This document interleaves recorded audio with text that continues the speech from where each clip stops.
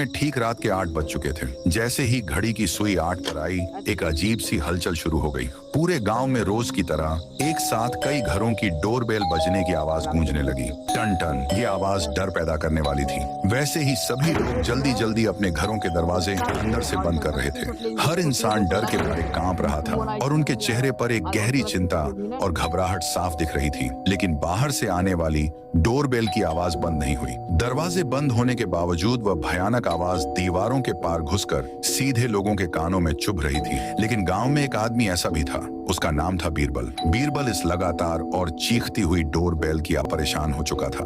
उसका गुस्सा 7वें आसमान पर पहुंच गया था। उसने बिना कुछ सोचे समझे पूरे जोर से दरवाजे को खोला। दरवाजा खुलते ही पूरा मौसम जैसे बदल गया। एक जोरदार और तूफानी हवा का झोंका तेजी से सड़क से होता हुआ सीधा बीरबल के घर की तरफ बढ़ा। वह तूफानी झोंका उसके शरीर से ऐसे गुजरा कि बीरबल का सिर धड़ से अलग होकर एक तरफ गिर पड़ा। बीरबल दर्द से तड़पते हुए वहीं जमीन पर ढेर हो गया। उनमें से एक घर थुंग थुंग का था, जो बड़े मकान में रहा करता था। उसके पापा टंग टंग ने थुंग थुंग से कहा, बेटा थुंग थुंग सुन, मैंने घर के सब दरवाजे और खिड़कियां अच्छी तरह से बंद कर दिए हैं। अब तू एक बात दिमाग में बिठा ले, गलती से भी किसी भी हालत में गेट मत खोलना। चुपचाप जा और अपने कमरे में सो जा। टीवी देखते मत बैठना। फिर थुंग थुंग ने कहा, पर पापा मुझे बहुत तेज सुसु लगी है, मैं क्या करूं? अगर मैंने अभी नहीं किया तो यही हो जाएगा। क्या मैं नीचे बाथरूम में जाकर आऊं? मैं बहुत जल्दी वापस आ जाऊंगा। फिर टंग टंग बोले, ठीक है तू जा, लेकिन सुन, तू जल्दी से जाकर फ्रेश हो और मेरी बात ध्यान से सुन, दरवाजा बिल्कुल मत खोलना। थुंग थुंग ने झुंझलाहट में बोला, हाँ पापा नहीं खोलूंगा। आप लोग बिना बात के इतना डरते क्यों रहते हो? मुझे सब समझ में आ गया है, मैं अब बड़ा हो चुका हूँ यार। यह कहकर थुंग थुंग नीचे के फ्लोर पर चला जाता है। बाथरूम में वह अच्छे से सुसु करके फरी होकर मेन डोर को देखता है और एक गहरी सोच में डूब जाता है। यार ये क्या ड्रामा है? हर रात 8 बजे ये बेवजह का खौफ। सब कहते हैं 8 बजे के बाद दरवाजा नहीं खोलना चाहिए। साला, अब तो मैं देखकर ही रहूंगा कि आखिर 8 बजे के बाद दरवाजा खोलने पर होता क्या है। फिर क्या था, और सीधा जाकर जोर से दरवाजा खोल दिया। लेकिन वहां बाहर सड़क पर एक बड़े से बॉक्स के अलावा और कुछ नहीं था। थूंग थूंग बिना कुछ ज्यादा सोचे समझे घर से बाहर निकला और बॉक्स के पास आकर आजू बाजू देखने लगा। कोई आदमी नहीं, कोई भूत नहीं, बस एक अकेला बॉक्स। थूंग थूंग ने बॉक्स को उठाया और उसे अंदर ले जाने लगा।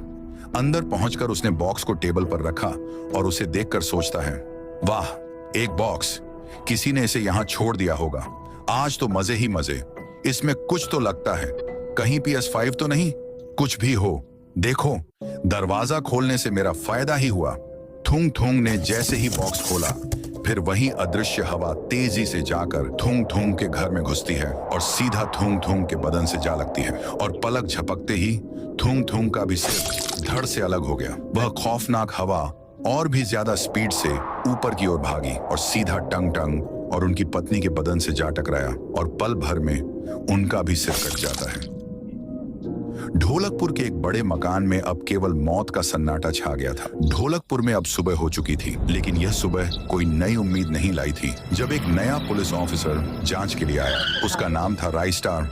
राइस्टार ने पूरे परिवार की लाशों को ध्यान से देखा।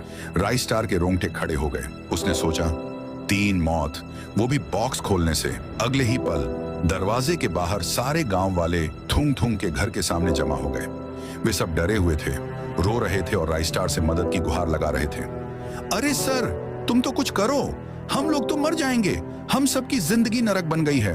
रोज रात 8 बजते ही हमारा डर शुरू हो जाता है। सर ये कोई इंसान नहीं है। 8 बजने के बाद जिसने भी दरवाजा खोला है, उसे एक अदृश्य हवा का झोंका मार देता है। 5-6 लोग मारे जा चुके हैं। तुम जैसे ऑफिसर रोज आते रहते हैं, लेकिन सब डर के मारे भाग जाते हैं। कोई कुछ नहीं करता। बस तुम ही हमारी आखिरी उम्मीद हो बेटा, हमारी रक्षा करो। राइस्टार ने वचन देते हुए गर्व से कहा, गांव वालों, मैं तुमसे वादा करता हूं, मैं तुमको इस समस्या से छुटकारा दिलाऊंगा। यह मेरा कर्तव्य है और यह मेरा वचन है।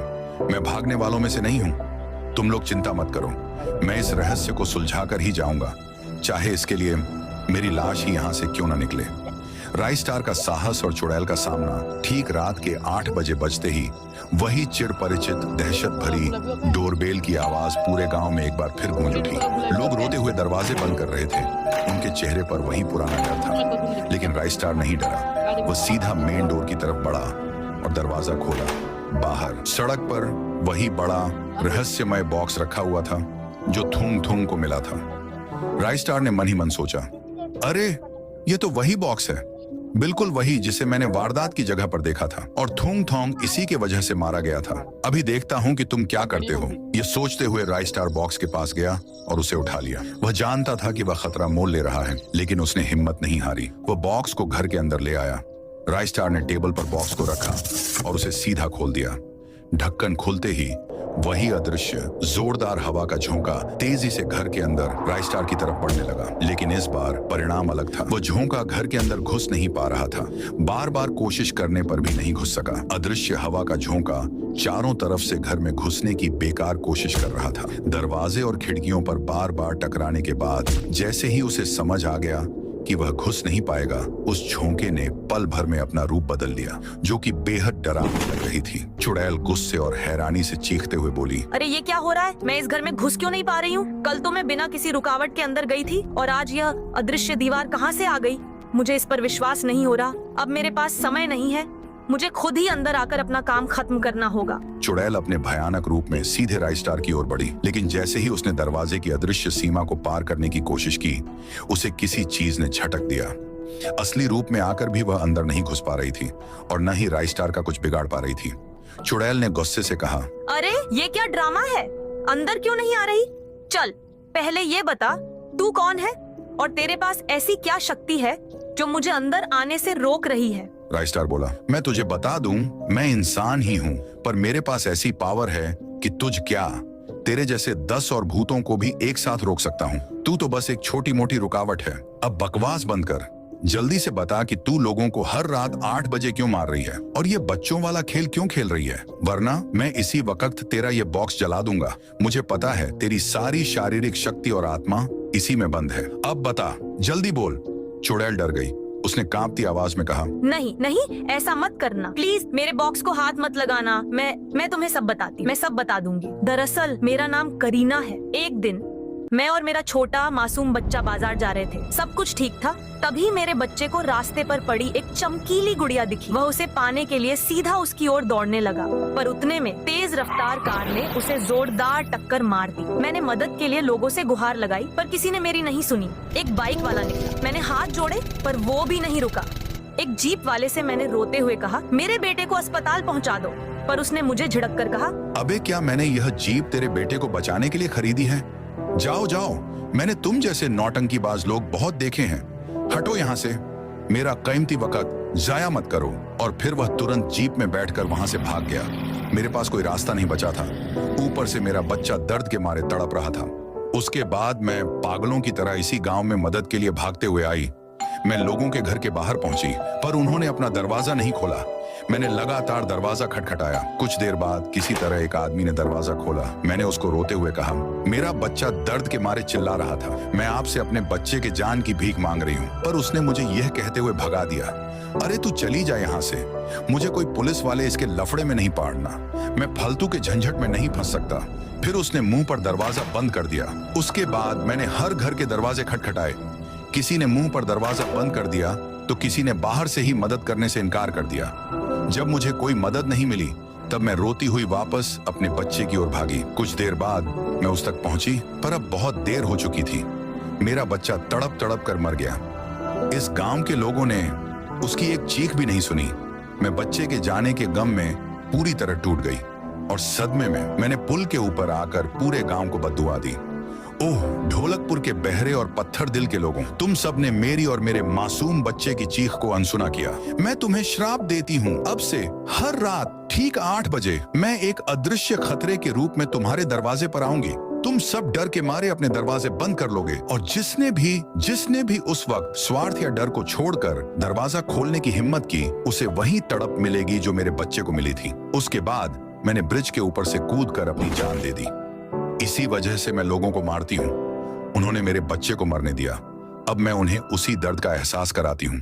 इंसानियत की जीत चुड़ैल करीना की दर्दनाक कहानी सुनकर राइस्टार की आंखें नम हो गईं। राइस्टार ने तय कर लिया कि वह करीना की आत्मा को शांति दिलाकर ही रहेगा। अगले ही दिन पूर्णिमा की रात ठीक 6 बजे गांव वाले उस सूखे पेड़ के पास जमा हुए। राई स्टार भी वहां मौजूद था। राई स्टार ने उस सूखे पेड़ के चारों ओर काफी सारी मोमबत्तियां लगाईं। गांव वालों ने मोमबत्तियों की रोशनी में जमीन पर झुककर रोते हुए अपनी गलती मानी और करीना के बच्चे से माफी मांगने लगे। हमें माफ कर दो करीना, हमें माफ कर दो मासूम बच्चे, हमसे बहुत बड़ी गलती हो गई, हम पापी हैं, हमने इंसानियत को मार दिया, हमें शांति दो, हमें माफ कर दो। ओह करीना, हम कितने बेरहम थे। जब तुम्हारे बच्चे को हमारी जरूरत थी हमने अपने दरवाजे बंद कर लिए। हम अमीर जरूर थे पर दिल के बहुत गरीब थे। हम तुम्हारे दर्द को समझ नहीं पाए, हमें माफ कर दे। गांव वालों के सच्चे पछतावे और रोने की चीखें उस रात की हवा में गूंजने लगी। तभी एक अलौकिक आवाज सुनाई दी। सुनो। सबने ऊपर देखा। वह कहने लगी, मैं अब तुम सबको माफ करती हूं, लेकिन तुम सब वादा करो कि अगली बार से मेरे जैसा बर्ताव कर।